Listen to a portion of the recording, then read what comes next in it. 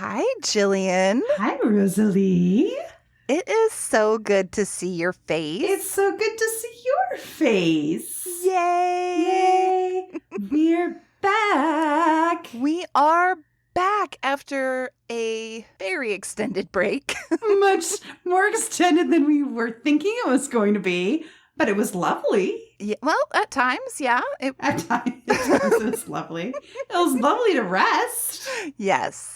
But mostly, I'm really happy that we're back. Yes, we're back and we are in our groove for season 2 of Shit My Soul Says. That's Woo! right.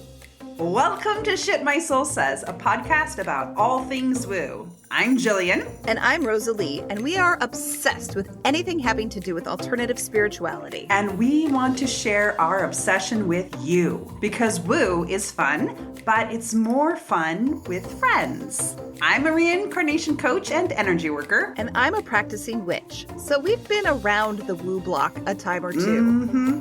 Each episode, we will be digging into a different topic, from tarot to third eyes to energy healing. We'll share our personal experiences and offer you practical advice for your own practice. So whether you're new to all of this or queen of the pagans, That's me.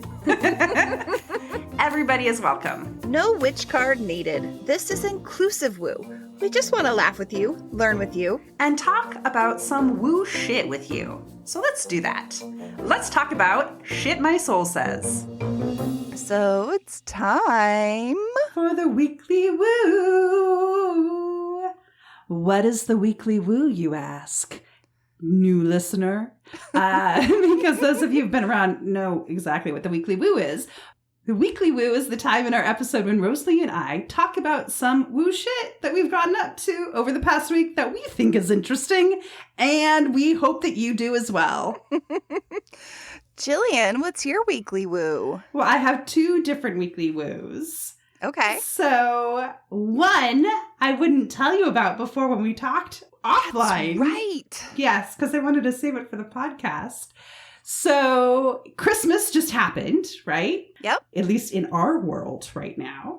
And as opposed to when the listener is listening to this. I mean, I don't know what time it is in your world, listener, but in our world, Christmas just happened. And so for Christmas, I got my niece a puzzle because she loves puzzles. Mm-hmm. And I found a puzzle that was the zodiac wheel. Ooh. Yes, it was a circle of all of the houses. And I was just like, I'm going to slip some woo in. And so I talk about this particularly because in previous episodes, I've talked about how my brother is very atheist and he does none of that woo stuff, right? He doesn't say it explicitly. It's very just a given that we don't really talk about woo stuff because he's not into it. But I'm like, I'm going to sneak in a little woo to because I figure like it's always good to know about astrology. It's pop culture, right? Yes, absolutely. And so then this is a way for her to get familiar with it. And she's like 10. But interestingly enough, we're sitting around we started talking about the astrological wheel. Really? Yes. And my niece was like, well, what am I? And so I said, you're a Leo, which... Well, we'll get back to that. She's very, very introverted. I guess we won't get back to it. We'll talk about it right now. She's very introverted. And I'm like, well, Leos like to have like all of the attention. They're very like showy. And I said, that doesn't sound like you. And she's like, no, that is not me. And I'm like, well, there's a lot more to the chart than just your sun sign. Anyway, the thing that was interesting, my brother was there and he was talking about astrology too and was like, well, what's my sign? And so we talked about Cancer and how you're very home oriented, like you never leave the house. And everyone's like, yep. And my brother even had more to throw in and was like actually engaging in the conversation. And I was just like, what's happening right now? It was a Christmas miracle. That's what it was. I feel like there's a big shift happening in the woo world, and that's just one of the signs. Yes. Jillian's brother getting into woo. Well, even on a superficial level. He's talking about woo, and I'm going to take it and put it in my pocket and run with it. One of the other signs, this is not my weekly woo, but it's related to yours, is my agnostic husband. I believe it was yesterday said to me, "You're going to turn me into a pagan. I hope you know this." I love it. I hope you know this. It almost sounds like a threat or something. It was more of a like resigned, like, Yeah. this is going to happen.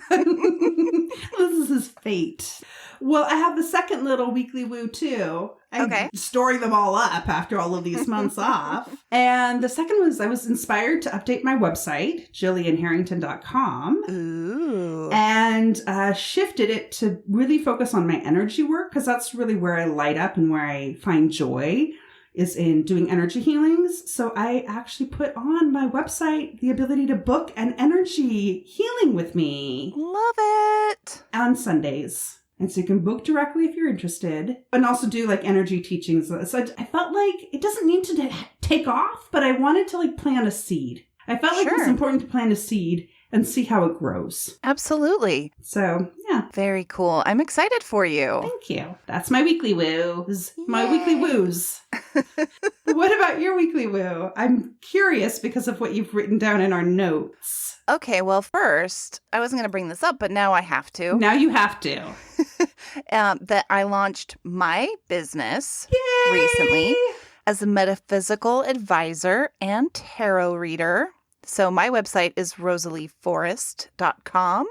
That's forest with 2 R's. And yeah, I launched that on the winter solstice, which is a very Yes. auspicious day for that sort of thing. And our anniversary of our podcast as well. Yes. So I'm very excited about that. So that's one weekly woo. So see, we got up to something even when we weren't recording.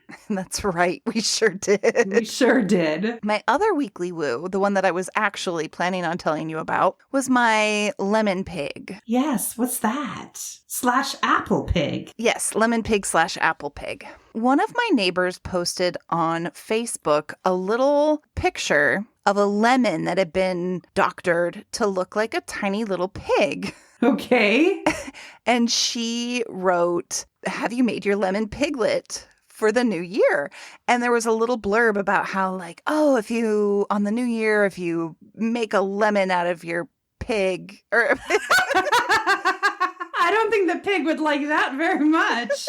if you make a pig out of a lemon and put a coin in its mouth, then you'll have prosperity and good fortune in the year to come. So then all of my neighbors started making little lemon pigs or mandarin orange pigs or whatever they had on hand. There was a rush for citrus at the store. We did not have any citrus fruits in our house, but I had an apple that was getting a little old, to be honest.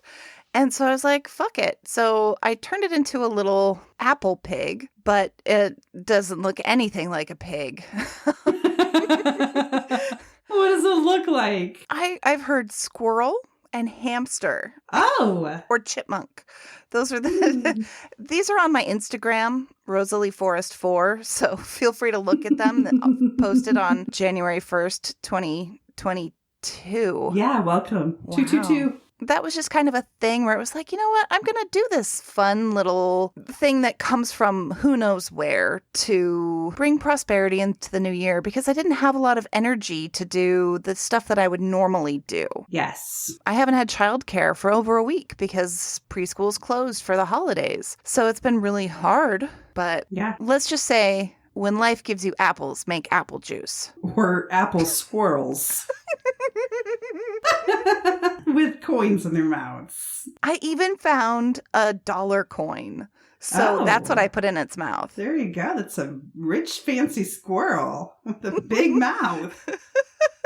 Oh my goodness. Well, yeah, if we were talking about New Year's stuff, I would have a whole bunch of weekly woo stuff to talk about. But we'll just sum it up to say I did my usual prognostication. Did my my tarot cards and all of that. I'll just sum it up. Now remember, at the beginning of 2020, I did it and I got the tower for the home. Oh, I remember. Yeah. So I did that read again. I like to do this astrological layout, which we can link to. I think I have it in one of our blog posts. The one that concerned me was social relationships. That house had the hermit. I was like, well, here we go. Another year. It wasn't reversed by any chance, was it? Nope. Wah, So, wah. wah, wah. Yep, there you go. Anything for travel was like, you need to get over your delusions about travel. I was like, noted.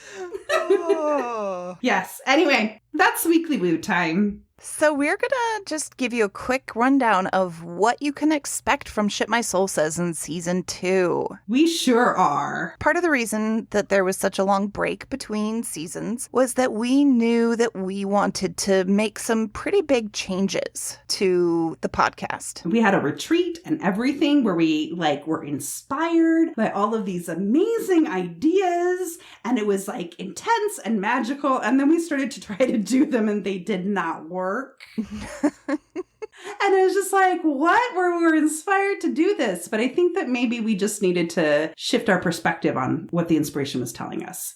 Yeah. And so what we're going to be doing is we're going to be having 2 different sort of styles of podcast each month. So excited about it. And the first one each month is going to be us talking about how we use woo to deal with all the shit that life brings us. Yes. Just life in general. First season was very much about teaching everybody about woo techniques. And now we're turning it on its head and be like, okay, here's the thing. How do you bring woo to this? Right? Exactly. How do you do woo? And the thing that's great is that Rosalie and I have very different approaches to woo. So it'll be kind of a very rounded approach to how you might deal with a particular topic. Exactly. We hope. We hope. And then the second episode each month is going to be Jillian and I are going to take turns running workshops for each other and therefore for you. We have no idea about how it's going to turn out. Right. So we say this now, and if the next episode that you hear is not a workshop... that means that it sucked when we tried it. Yeah, because we recorded a whole different first episode for season 2, and I spent so many hours editing it. We did, and we got to the night before we were going to post it. We had to be like, nope, we're not posting this tomorrow. So we're excited, and I think that this idea about doing workshops still is in line with what we had kind of gotten from that retreat about having kind of these experiences. Right. That was something that we wanted to really do, was to bring experiences, woo experiences to our listeners. Yeah. Because our listeners are at every stage of woo. Yes. From woo curious to Queen of the Pagans. Yes. And we wanted to do more than just have another show that's teaching you about something. We wanted to actually kind of get it into your life. Exactly. So that's what we're doing. Yay! And we're also, as we talk about topics, we're also going to be asking you all, listeners, for how you do woo when you deal with these certain things. And let us know so that we can add it to our basket and feed it back to listeners. So it'll be a real... collaboration. It'll be a collaboration. I'm doing things with my arms right now. Jillian is doing the collaboration dance. What it looks like is she's picking up stuff from the world and putting it into her basket. Yeah. She's putting things in her basket. If my basket was in my armpits. Where else would it be? Where else would it be? So yes. And then we've also going to make a few other little tweaks. For example, the tarot thing at the end that we did in season 1. We just didn't really feel like it worked. We were ready to move on. We struggled a lot with that every single episode. Yeah. So we're not doing that anymore. If you want tarot time, I'm sure there's other ways to find it. If you want tarot time, book some time with Rosalie Forrest. That's right. Or get a tarot deck for yourself. It's all good. And so we'll play around with different things that we close out the show. So stay tuned to see what we come up with and see what sticks. All right. So I think it's time to get into it. Yeah, let's get into it. Wait, but before we do, ad break. Hi, Rosalie Forrest here. I'm so excited to announce the launch of my new metaphysical advising business, rosalieforrest.com. Whether you are brand new to the world of woo or you've been practicing for decades, my goal is to empower you to access and train your metaphysical skills. I'm available to help you identify the underlying cause of your stumbling blocks and to co-create solutions. Everyone has their own unique path, and I want to nurture yours. Do your woo. Shit My Soul Says listeners get 20% off everything on my website when you enter promo code SHIT at checkout at rosalieforrest.com. That's Forrest with 2 R's. I can't wait to work with you. Bye. Wasn't that an amazing ad break? So, today's topic is really uplifting. Just about as uplifting as it gets. It really is. Depression. Depression. A topic near and dear to our hearts and our heads. It's near and dear to my head, for sure. Oh, mine too. So before we get into this, I just want to do a quick content warning. We're going to be talking about mental health struggles. We don't script this, but I think the odds are pretty good that we could be talking about trauma and suicide or suicidal ideation. Mm-hmm. So if those are topics that are triggering to you, I would recommend that you take a break and maybe listen to our next episode. Yeah, or our last episode. Yes, or any one of the season 1 episodes. And also, just a really quick caveat, we are not doctors. We are not doctors. I worked with doctors. That does not make me a doctor. Right. And we are also not medical practitioners, even though I used to be. And we are definitely not mental health practitioners. I did get my bachelor's in psychology. That does not give me a license to practice mental health.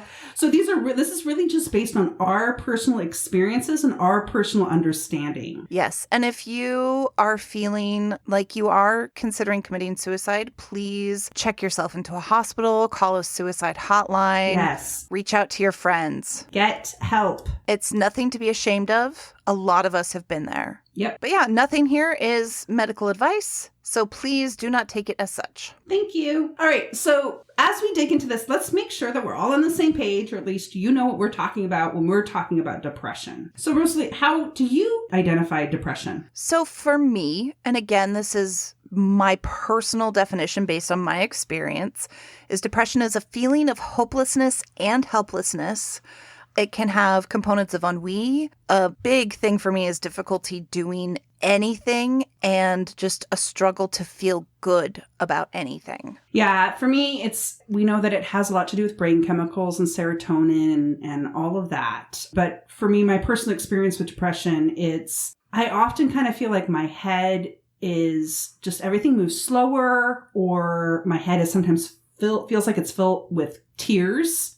Or sometimes cotton balls. Like my head is full of cotton balls, depending on how bad the depression is. Mm-hmm. And sometimes it's just a sense of just fatigue. Yeah.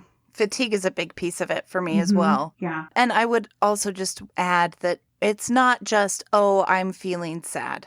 Of course. Yes. It's not, oh, if I just buck up, it'll get better. It's beyond that. Yeah, it's good times. Mm-hmm. Mm-hmm. And the thing too, I think is kind of interesting as I've learned about depression is that there's a theory, and I stress that this is a theory, and I don't think this is the case for all depression, but one of the theories is that depression is anger turned inwards, which for me kind of makes a lot of sense. I had a lot of anger growing up. Mm-hmm. And when you don't get a chance to express that anger and you turn it inwards, sometimes it can turn into depression. That doesn't mean that it always does. Right. In fact, sometimes it really is related to stress for me. So when I get really stressed out, it's just like then I crash and kind of go into depression where I just don't have any energy to do anything and feel kind of like just blah about life. It's like my body just wants to shut down to recover from stress. Sure. I have something really similar to that when I have a major anxiety attack. Because, I don't just have depression, folks.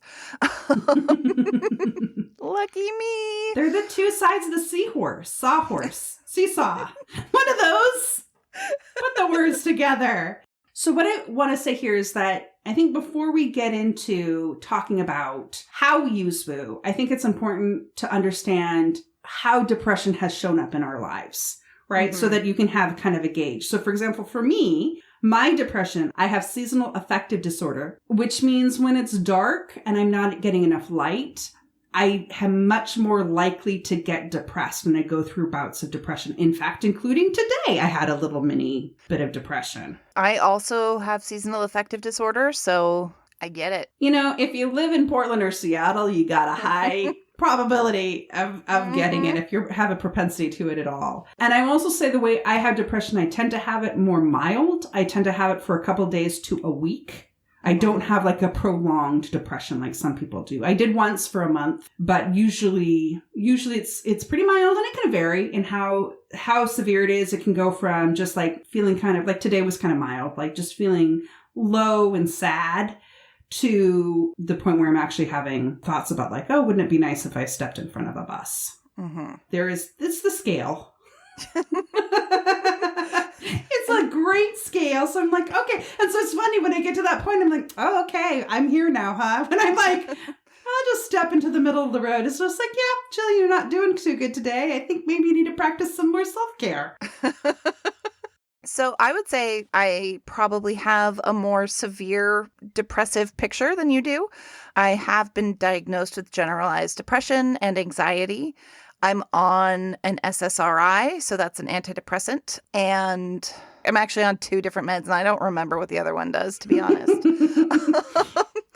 I had pretty severe postpartum depression when my son was born. And at that time, I didn't yet want to kill myself, but I was getting there. Mm-hmm. I wished I was dead. Yeah. And in my early 20s, I had another incident when I felt like I wished I was dead. Like, wouldn't it be nice if a piano fell on my head? Yeah, my chance of suicide, or chances of me committing suicide, were more when I was a teenager. Mm-hmm. That's when it was really, really hard for me. But yeah, luckily at this point in my life, suicide because of my belief system isn't on the table. Mm-hmm. For me, I started having depression when I was a teenager, and it's just kind of come in waves. So tell me about the first time that you experienced depression as a teenager. Like, what was your experience like? How did you interpret it? Because like, I know what my experience was, and I didn't know what depression was at the time. I didn't know either. And for me, I grew up in Colorado, and when I was 14, my parents and I moved to the suburbs of Seattle. And a lot of people who haven't spent time in Colorado don't realize that it is the sunniest state in the country. Yes, that's why it's on my list of potential places because of the SADs, the affective disorder. So going from the sunniest state with the fewest cloudy days to the darkest to Seattle in the fall, which is rain, clouds. Everything is gray. The streets are gray. The buildings are gray. The people are gray. The people are gray. It's just gray. Gray. It was very, very jarring. And I'd never moved anywhere before. And my brother had stayed in Colorado. He was old enough that he didn't have to come with us. So He was spared. He was spared. He was spared the darkness. I lost my built-in companion. And aww. I mean, he's still alive, but I just didn't have him around anymore.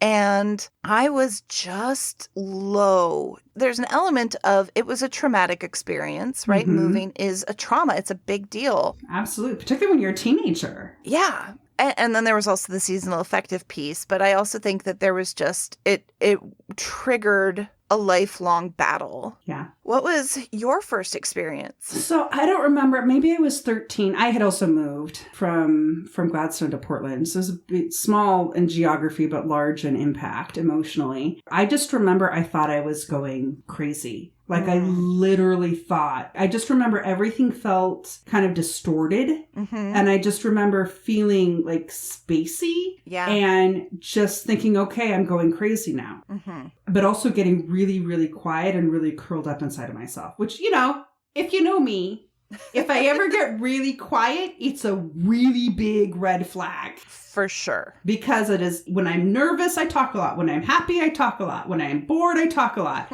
But if I'm not talking a lot, I'm in not a good place. Mm-hmm. And so I really kind of curled up inside of myself. And it wasn't until I was like a senior in high school when I got involved in this Planned Parenthood theater company in Portland. They used to have a theater company called Teens and Company. And we got to learn about all of these topics, like sex topics and dysfunctional family topics and depression. And when I learned about depression, I'm like, oh my gosh, that's what's the matter with me. Mm-hmm. That's what's the matter with me. I have depression, and I had no idea. I just thought, particularly the wintertime, I would just lose my shit. I would sit in my room and like in darkness. I'd just have meltdowns. And my family like just kind of thought I was being overdramatic. Sure. So that just made it worse, right? Because I felt invalidated. So yeah, trauma. It wasn't a good story. It wasn't like somebody's like, you look sad. I think you need help. That's why it's really important for me to talk to my niece and nephew about like, hey, you know, as they turn 12 and 13, I want them to see the signs and know to get help and not think that they're just going crazy. Yes. It took me years to understand that I had depression. I don't think I even realized until after my first I wish I were dead incident. Yeah. Until several years after that, where I was like, oh my gosh, that was depression. Yeah, it's interesting, isn't it? And I don't have a family that is super pro taking care of your mental health. And I think that's true for a lot of people. I think so too. So how do you use Woo? Like, how do you use Woo to deal with it? To help it make it not quite so severe? I mean, obviously there's medical, which we're not going to get into those remedies. Right. Right? Because that's your doctor. To be honest, I don't use Woo enough. Oh. I think part of it is for me when I get into a depressive funk, it's so hard for me to get up the gumption to do anything. Mm-hmm. And so even when I know, like, oh, if I do a meditation or, oh, if I do a ritual or, oh, if I go outside and like have a meditative walk or whatever, then I'll feel better. It's just so hard to take that first step. Absolutely. So that is a struggle that I have. One of the things that I do find particularly helpful is crystals. Tell me more about that. I was born in February and my birthstone is amethyst. That's a lovely stone. It is. And it's one that I've always had this really strong affinity with. And I have a particular one that if I'm feeling really low or anxious or stressed, I can put it on my third eye and just do some deep breathing. And it's way more powerful than if I did it without the amethyst. But it's like it just calms my entire being, starting from the third eye and just melting down. Nice. So that's a big one, but also just having crystals around can be really helpful. I feel like when you have them strategically placed in your home or your office, they help to, one, trigger your subconscious, and two, like the energy just helps to keep you at a slightly higher vibration. You know, it's interesting. So I don't use crystals. I'm going to now. I'll try that. I'll grab my amethyst. You know, I've got crystals, but I'm not as big of a crystal person as she is. So I will grab my amethyst. But energy is really important to me when it comes to dealing with my depression. And for me, I'm very influenced by energy of space. Mm-hmm. In fact, before I became a life coach, I actually was going to be a space coach in helping people with their physical space, and had some clients.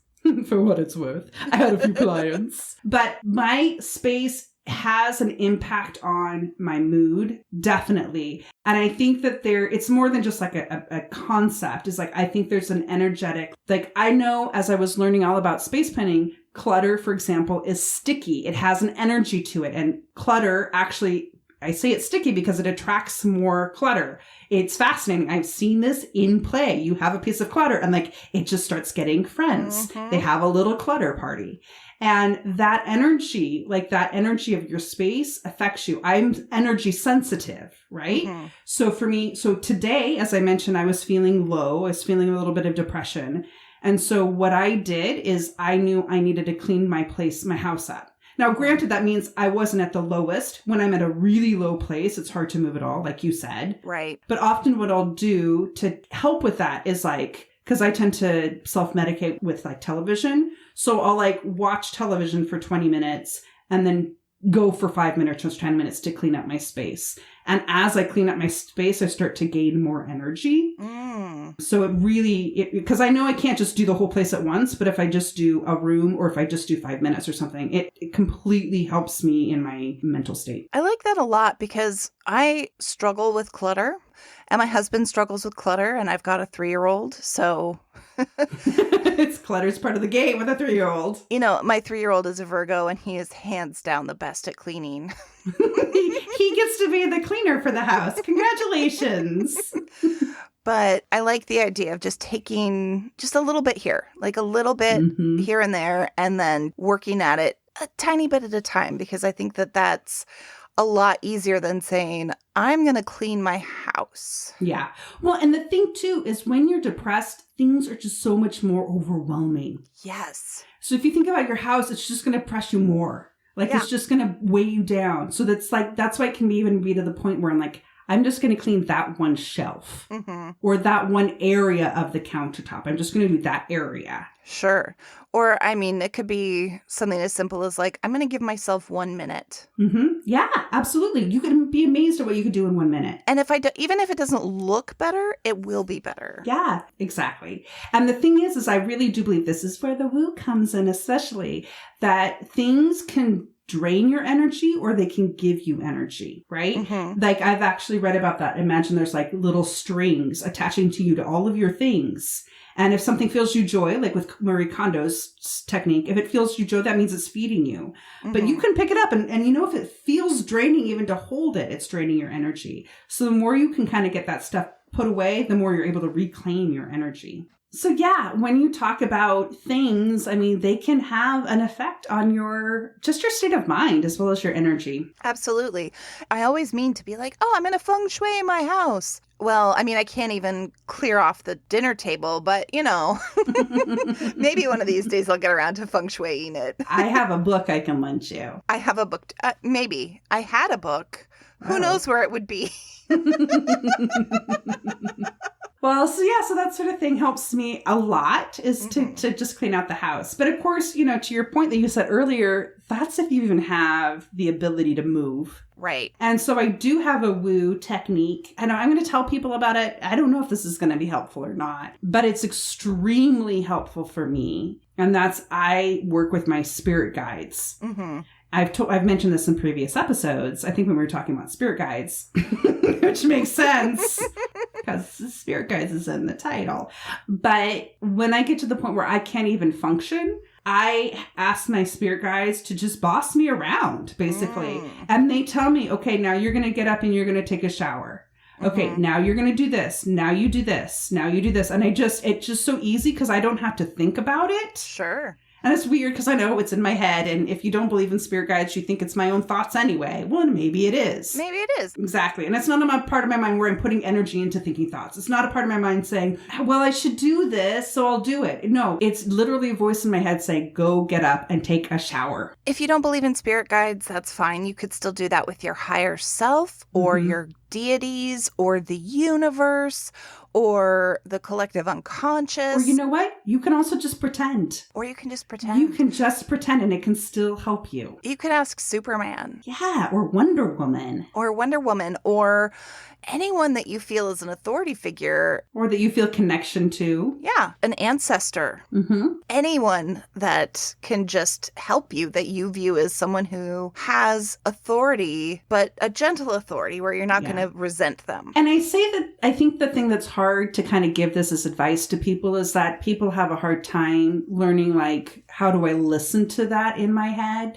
And I don't know, the best thing I can say for me is it feels like it's like comes in not even as words. It's hard for me to describe, but there's a different tone. There's the voice in my head that's me when I talk and start rambling on about all the shit my head rambles on about. And then there's just, it sounds like a different voice in my head. So just kind of maybe listen for it. Just try listening for it. And you might be surprised what you're able to pick up. Yeah. Something that could potentially be helpful as well is, if you're into astrology, looking up what's going on astrologically to see, like, for me, if I can find meaning in why. Yes. It really helps me to say, like, okay, this is happening because Mars is doing blah. And then you can kind of say, okay, well, I'm not going to be ruled by these planets right now. Or, gosh, this new thing is happening. So if that's something you're into, it could potentially be really helpful. Yeah, that's an interesting approach. I'm also really interested in the why, but from a different angle, not from astrology. So, as I mentioned, I studied psychology. And the area that I was particularly interested in was evolutionary psychology. I found it fascinating. And there's a theory. Now, granted, this is just a theory. But there's the idea is that everything exists because it somehow helps us in a biological sense, potentially. So the theory about depression, untested, but the theory was that depression was a time for people to stop and say, I'm doing something wrong in my life that needs to change. Okay. It was a way for you to be like, stop. Because right when you have depression, you have no energy to do anything. Maybe, depending on your level, blah, blah, blah. But the idea is that like you don't want to do things. It's a time to stop and kind of reflect is the concept. It's a theory, but I've taken that to be like, okay, when I have depression, it's also very cognitively based. It can be very much based off of the thoughts that I'm thinking in my head or how I'm feeling about life. It's all kind of interconnected for me for depression. And so like even today, as I was feeling down, I'm like, okay, well, where do I need to shift my thinking? Where do I need to shift my perspective on my life? Where do you need to grow and evolve? Because for me, depression is a tool that I believe that I've chosen for myself, for my spirit, to help me evolve and learn and grow. And so depression, while not pleasant, I feel like is an opportunity for me to learn self-care and an opportunity for me to really take the time and understand myself in a deeper way and really reflect and shift and change. So I try to use it as a positive as much as I can. Mm-hmm. I think that that's awesome that you have that perspective and that you're able to kind of bring a positive spin to it. I do want to just say for people where that doesn't resonate. Yeah, that's my experience. Exactly. That's why I said at the beginning, this is my experience. Exactly. Because that doesn't, I'm like, yeah, I did not choose depression. I have had traumatic experiences from an emotionally abusive father to an emotionally abusive ex-boyfriend that led to PTSD, that led to anxiety cropping up. You know, there's all these things, and I don't think that I chose all of that before I came into this life. Because for me, saying, oh, I chose this makes me feel like I deserve what I'm getting, if that makes sense. Mm-hmm. And so for me, that's actually a negative way to look at it. It's disempowering for you. Yes, exactly. Yeah. But I think that everybody should do what makes the most sense Absolutely. to them. Yeah, I mean, that whole kind of concept, I know I've had other conversations with other friends, like, I didn't choose this thing in my life. And that's my belief system for myself that works for me. Because I've been through some really traumatic shit in my life. And for me, I find it empowering to think about maybe this is something, maybe I chose it before I came into form. Maybe I didn't, maybe it just happened. But in any case, I believe that my soul wants to choose these things to grow and to change and evolve. Mm-hmm. So that's how I cope, and that's how I deal, and that's how I move through life. And everybody needs to find the way that works for them. Yes. So that's, and if that works for you, cool. We can talk more about it. And if it doesn't, that's fine too. I'm glad we all have different philosophies about life. Exactly. So other things that are woo that I found that are potentially helpful with depression, meditation can be really, really helpful for me, particularly mindfulness meditation. So just being aware of each of my body parts. That's even more powerful for me when I'm feeling anxious. Yes, I could see that. I also sometimes view my mental health issues as separate entities or parts that I can talk to. Yes, I love that. So, my anxiety is like this spiky, monstery looking thing with a big mouth full of teeth, but it's blind, has no eyes. Oh. And so all it can do is be like, oh, I think there's something scary coming at me. I'm going to make a lot of noise. I'm going to bark, bark, bark, bark, bark, and try to puff up. And I'm trying to be helpful, but in reality, it's just creating more problems. It's just stirring shit up. Yeah, but because it can't see, it doesn't know what level of threat things are. So it treats them all equally horribly. Yes.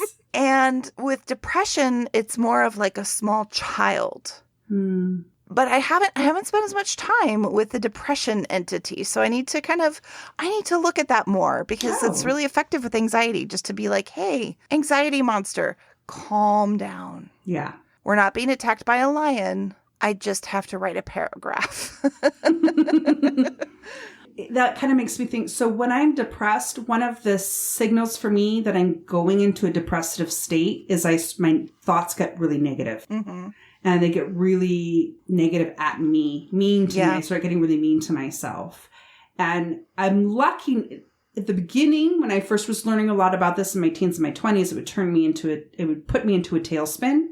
But now I find a way that I go, I mean, it's not the same as you as like seeing as an entity, but it is sort of putting some distance between me and it, where I'm like, oh, okay, I'm having these negative thoughts. I'm not in a good place right now. I'm going to postpone those thoughts because my brain wants to think them. It wants to start beating me up, and it doesn't want to just let them go. But I'm going to, okay, I can still think about that stuff maybe tomorrow when I'm feeling better and I'm feeling a little bit more rational.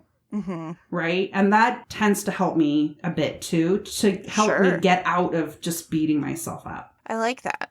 Yeah. So I just wanted to bring up a couple of other things that prior to being on meds that I did, which, I used a lot of herbal remedies, primarily Chinese medicine, but that was something that was actually pretty helpful, especially when combined with acupuncture. I would not go back on an herbal remedy at this point because herbs interact with medications. Yeah, you got to be careful with pills you take, whether those are, prescribed pills or over the counter. Exactly. And so when you're dealing with mental health things, the pills that you are given do interact with herbs that have similar effects. Yeah. So you just really have to be careful about that and not use herbs indiscriminately. Or other substances. FYI, like ayahuasca. You can't be on SSRIs when you're on ayahuasca take ayahuasca. Oh, I didn't know that. Yeah. But there's actually one of the meds I'm on interacts poorly with CBD and marijuana, where they counteract each other and don't work as well. Okay. So you got to know your stuff. Exactly. So just, you want to just be aware. And then I also want to just throw in a warning about St. John's wort. It's a very, very popular and common herb for depression. Yeah. I never found it worked well for me. So I'm curious to hear what your warning is. St. John's wort has a lot of potentially negative side effects. You shouldn't take it if you're taking antidepressants. It can interact with those negatively. I don't have the details. But to me, one of the scary things is that if you're on hormonal birth control, St. John's wort can cause it to not work properly. Fun. Good times. Right? So I see it a lot in women's formulas. And I'm like, oh my gosh, no. That's not what you want to be mixing with your birth control. Yeah. Like if you're depressed, you definitely don't want a pregnancy scare. Yeah. And again, with all of this, check with your pharmacist, check with your doctor about your medications and any supplements. Yes, exactly. Acupuncture is still really helpful for me when I get around to doing it. And also when I do rituals, whether they're with other people or by myself, those are really helpful. Well, and I know I talked about this in our energy episode, I believe, but energy work also, I remember one time I had depression and wanted to go to this energy healing clinic, and it was literally across the street. And I went over and I felt like my head, it was one of those times that my head just felt full of clouds or cotton balls or whatever. And I just could feel it. And I went over there and I got this energy healing and it all cleared away. Mm. So, and that does kind of bring up, the more I learn about it, I do wonder sometimes if I label something as depression, and maybe there are various different things, right? I think I also have an issue with gluten. And so sometimes I'll have a reaction to gluten where I get very low energy. And that sometimes I would think that's depression. But there's a difference, right? Because I might have low energy, but I don't have the negative thoughts, right? I wonder if maybe it's something energetically going on that I'm labeling as depression, but it's not depression. I don't know. I think it's really hard to say that one thing alone is responsible for our state of mind. Yeah. Because we are multidimensional beings. Yeah, multidimensional beings. But even if you don't believe in that, even if you believe we're a single dimensional being, our mental health affects our mood, affects our body affects our spirit. Like they all are constantly interacting with each other. And so if I feel stressed, then I will have certain reactions. My body will feel a certain way. Or if my body feels sick, I will get more anxious or sad or depressed. And so everything feeds into each other. Yes. And so it's a matter of finding a point, like finding one spot that you can affect to help you reverse that cascade.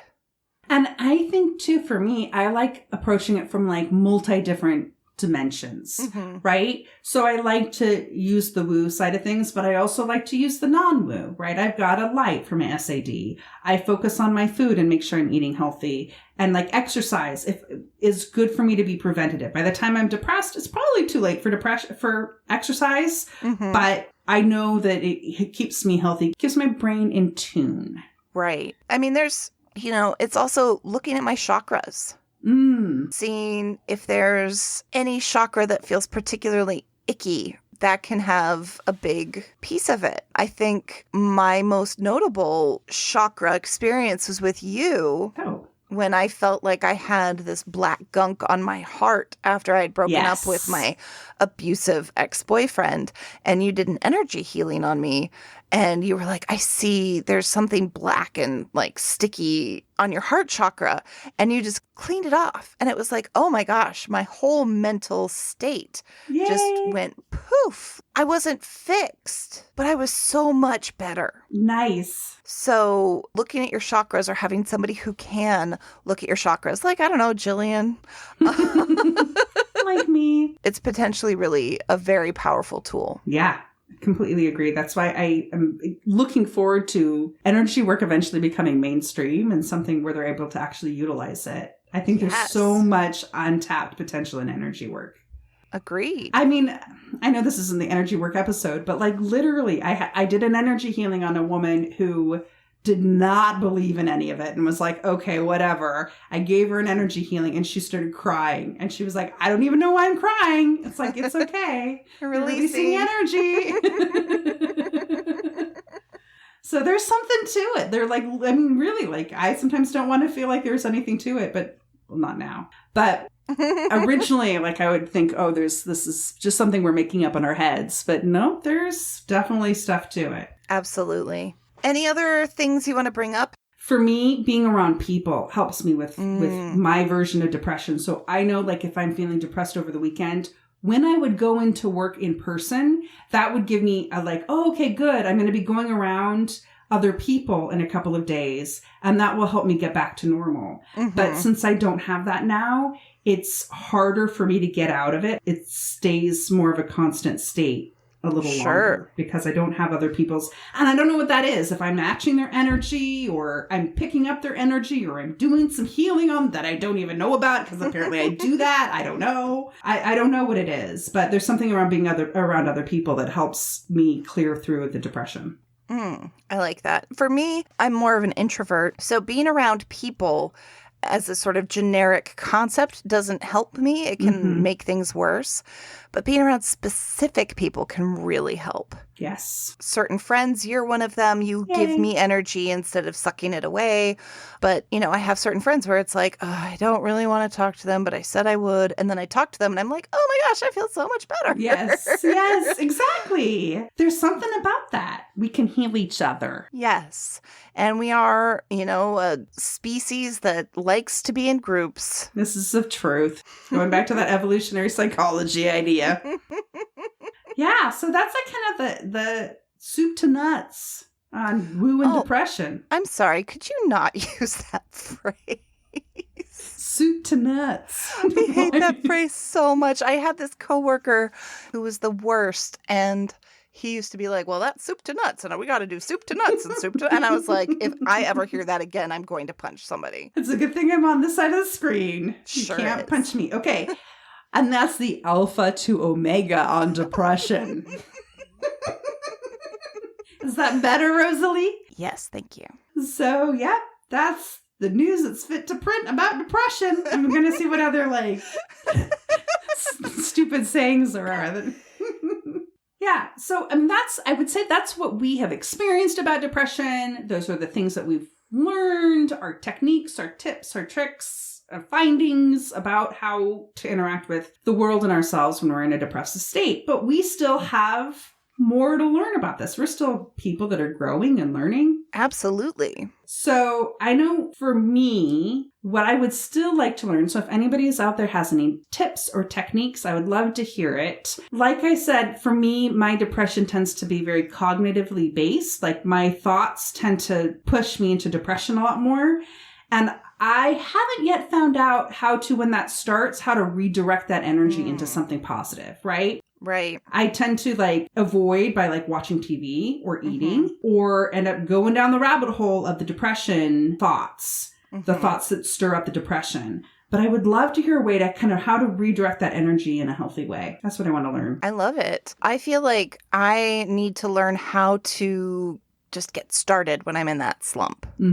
And before we actually started the episode, we were talking about Kuan Yin, who is a goddess of compassion. Yes. And she came, so she's been here all this time. Yes, she's pretty powerful, people. If you ever want to work with Kuan Yin, you should. Yeah, and I was just thinking, maybe having a little statue of Kuan Yin in my home would be really helpful because she came in and it was like...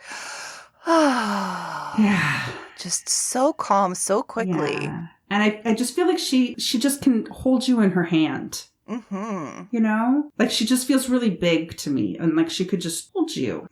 I like that image. I like that too. Okay. All right. So there we go. So let us know what you do. What woo do you do to deal with depression? Okay, so we are going to wrap up. Wrap it up. And this is normally where we would do tarot time. Tarot. But instead, we're going to maybe set some intentions. Yes. So we're going to try this, is setting an intention for the next 2 weeks. But since this is January 1st when we're recording this, we're going to set an intention for the year ahead, I think. Yes. So for, I think Shit My Soul Says, our intention is to grow. Yes. And maybe find a production company. My intention is even more specific, that I want us to be in a top 100 chart. I love it. Yes. I don't know. It might be in Timbuktu. I don't care. But I want to be in a top 100 chart someplace. And then, yes, to get a producer, I think would be we've worked really hard, getting this together. Rosalie, you do an amazing job doing the editing, but I just feel like we're ready to take it up to the next level. And so if anybody out there is a producer, knows a producer or production company, give us a holla. Make our dreams come true. And what about you? Do you have any intentions you want to set for the next 2 weeks? Let's also do the next 2 weeks. I think for the next 2 weeks, I want to focus on really just bringing the woo into my life. Just every day making it a point to be in the woo and not just accidentally woo. Because I feel like I'm woo a lot because I'm a woo person. But a lot of times it's just sort of like an accident. I trip over the woo and land in it. Well, my intention for the next 2 weeks is not woo related, but it's about life. So, why life and woo are interconnected, is to be able to have balance between my work life and my body life. Making sure that I'm taking time to take care of my body and eating well so that I don't get into depression and so that I have enough energy and that I'm exercising and taking the time for myself and knowing that who I am deserves self-care and I don't need to just be sucked up into a day job. I love that. And bonus, that should help with your depression. Exactly. So win-win-win. And on that note, do your woo. Yes, do your woo. And tell us, what shit does your soul say? Yes, what shit does your soul say? Bye. Bye.